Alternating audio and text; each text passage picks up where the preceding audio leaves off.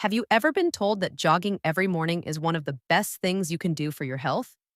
That if you just keep running slowly for 30 minutes a day, you'll burn fat, lose weight, and stay fit forever? Well, what if I told you that slow jogging, the kind of gentle, steady running most people do for fitness, might actually be harming your body? It sounds unbelievable, right? But the science behind it is fascinating. Let's take a deeper look at what really happens inside your body when you jog at a slow pace for too long. When you jog slowly, your body enters what's known as survival mode. This is an ancient biological response that dates back thousands of years to when our ancestors were hunters and gatherers. Back then, food was never guaranteed. Sometimes they'd go days without eating, and their bodies had to find a way to keep them alive and moving, even when they were running out of energy. So, what did the body do? It produced a hormone called cortisol, also known as the stress hormone. Cortisol told their liver to produce sugar or glucose from stored energy in the body. This sugar gave them the strength to keep running, hunting, and surviving until they could find food again.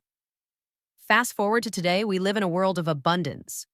We eat multiple times a day, and often much more than we actually need. But that ancient survival mechanism still lives inside us. When you jog slowly, your brain still interprets it as a stressful, energy-depleting activity. It thinks, uh-oh, we might not get food for a while. So it starts মানুষ এটার কারণে শরম পাইছে আমারে মিথ্যা বলে বোঝা releasing cortisol, just মানুষ এটার কারণে শরম এটার কারণে শরম পাওয়ার ইমোজি দেয় মানুষ like it did thousands of years ago. The problem is we're not starving anymore. We already have plenty of glucose in our blood from our daily meals. So when cortisol tells your liver to release even more sugar, that extra sugar doesn't get used up, it turns into fat. And that fat usually ends up stored in two main places, your liver and your lower belly. Over time, this leads to fatty liver, stubborn belly fat, and increased estrogen levels. Estrogen is a hormone that encourages your body to hold on to fat and lose muscle. So while you think you're getting fitter, your body might actually be storing more fat and breaking down your muscle tissue. Muscle loss is one of the biggest hidden dangers of slow jogging. When you lose muscle, your metabolism, your body's ability to burn calories slows down dramatically. That means you burn fewer calories even when you're resting. The less muscle you have, the easier it becomes to gain fat. Now, let's talk about how your body stores and uses sugar. Your liver can store about 100 grams of glucose, while your muscles can store between 300 to 500 grams. Muscles act as a sponge for sugar. They pull glucose out of your blood and store it for energy. When you have more muscle, your body automatically controls blood sugar levels better and prevents fat storage. But when you jog for long periods and lose muscle, your body's ability to store sugar drops. That means more sugar stays in your blood, and what doesn't get used gets stored as fat.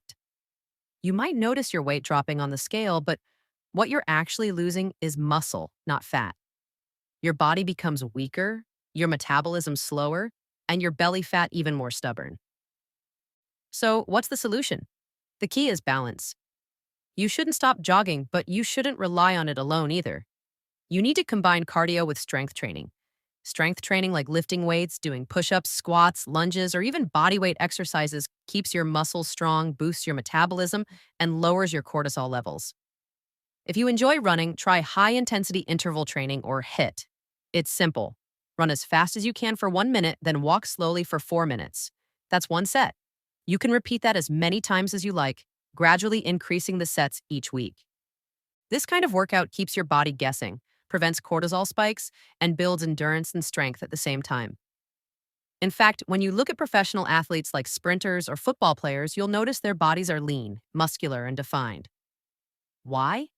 Because they combine short bursts of high-intensity movement with rest and strength training.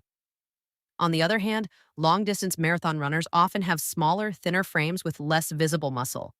They burn both fat and muscle over long durations of running, which is why their metabolism tends to be lower. Even football players who run for 90 minutes don't just jog. During a game, they move in 3 distinct ways: they walk, they jog, and they sprint. This variety of movement keeps their hormones balanced.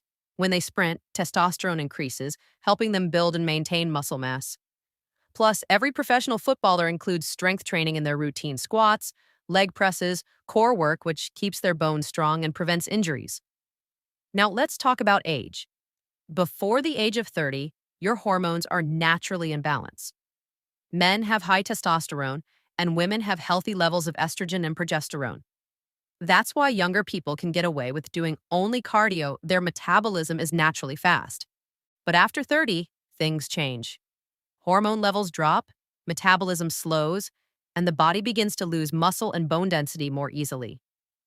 If you continue doing only slow jogging after 30, these negative effects become much more noticeable. You might see weight loss on the scale, but your body will start to feel weaker, softer, and more tired. That's why strength training becomes essential as you age to preserve your muscles, protect your bones, and keep your metabolism active. So, how much running is actually safe?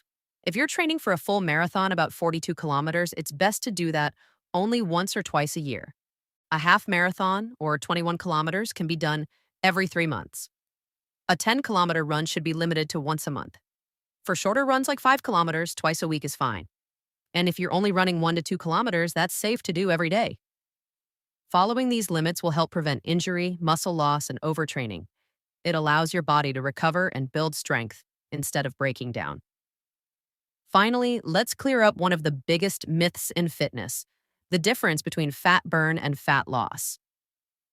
Fat burn happens whenever your body uses fat for energy, even when you're sleeping or breathing.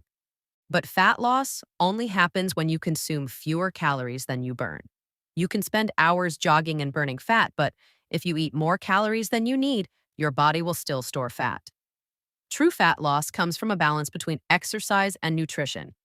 About 80 to 90% of your daily calories should come from healthy, whole foods, lean proteins, vegetables, fruits, and complex carbs, not junk or processed food.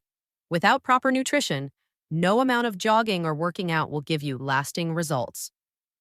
So remember, jogging isn't the enemy, doing only jogging is. If you combine it with strength training, HIIT workouts, and a balanced diet, you'll not only lose fat but also build a strong, energetic, and sustainable body. Don't chase the scale, chase strength. Don't just move, move with purpose. Your body is the most intelligent machine you'll ever own. Treat it wisely, train it smartly, and it will reward you with lasting energy, strength, and confidence. Because true fitness isn't about how far or how long you can run. It's about how efficiently your body performs, how balanced your hormones are, and how powerful you feel every single day. So stop running endlessly. Start training smart. Stay strong, stay healthy, and stay unstoppable.